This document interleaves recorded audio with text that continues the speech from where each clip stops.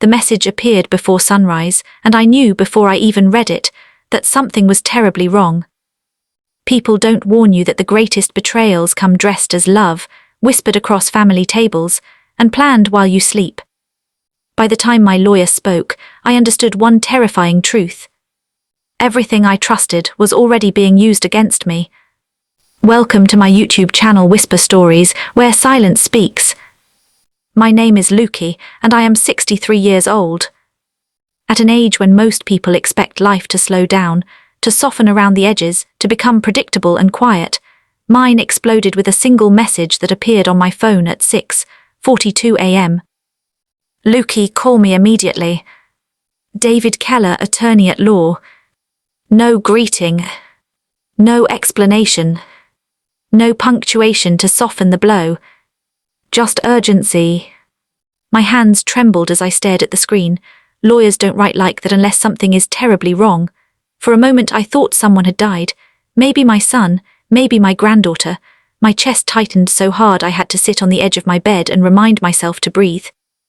I had no idea that within the next hour, everything I believed about my family, about love, loyalty, and sacrifice, would collapse. A life built on trust. I wasn't always a cautious woman. I married young, loved deeply, gave everything. My late husband Robert and I built our life brick by brick, nothing inherited, nothing handed to us. We worked long hours, skipped vacations, and counted every dollar twice. When Robert passed away suddenly at 58, my world cracked open.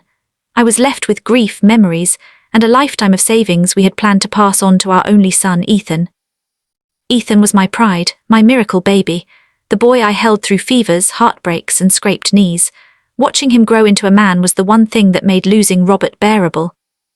When Ethan married Vanessa, I welcomed her with open arms. I wish I hadn't. The daughter-in-law everyone loved. Vanessa was charming, too charming. She had the kind of smile that made people lean closer, the kind of voice that sounded like sincerity even when it was. She called me Mom from the very beginning, brought flowers on visits, complimented my cooking, asked about my childhood. She's wonderful, people told me. You're lucky, they said. I believed them. When Ethan suggested we merge some finances, just for convenience, Mom, I didn't hesitate.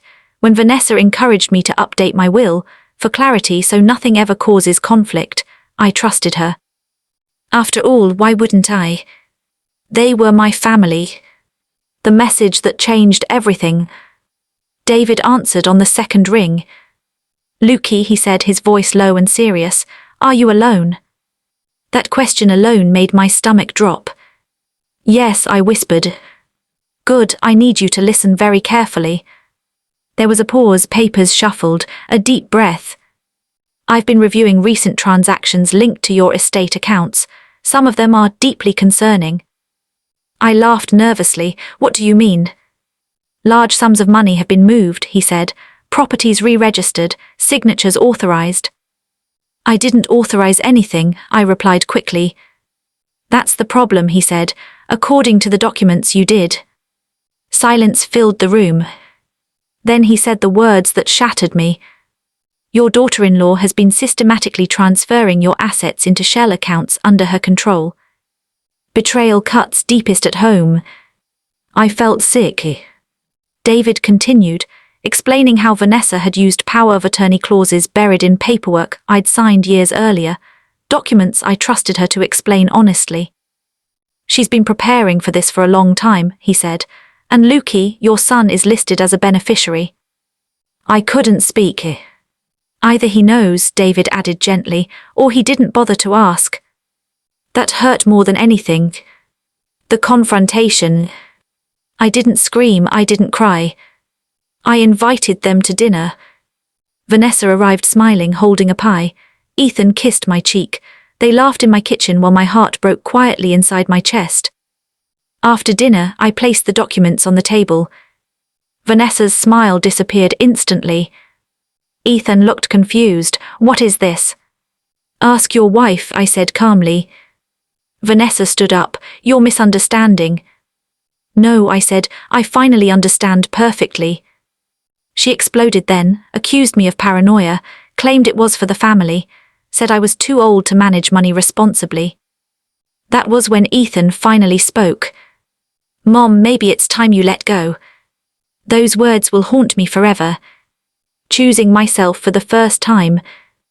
That night, I locked my bedroom door and cried until my chest ached. But grief didn't last forever. The next morning, I called David back. "I want everything undone," I said, "and I want distance." He did his job well. Accounts were frozen, legal action followed, Vanessa disappeared from my life almost overnight, Ethan stopped calling. It hurt, but I survived. Rebuilding at 63. At 63 years old, I learned something no one prepares you for. You can love people deeply and still walk away when they betray you. I downsized, traveled alone, took painting classes, met women my age who had also been hurt by the people they trusted most. I found peace not because life became perfect, but because I finally chose myself. The moral: never confuse kindness with weakness. Never sign away your power for the sake of peace. And most importantly, love should never require you to sacrifice your dignity, safety, or voice.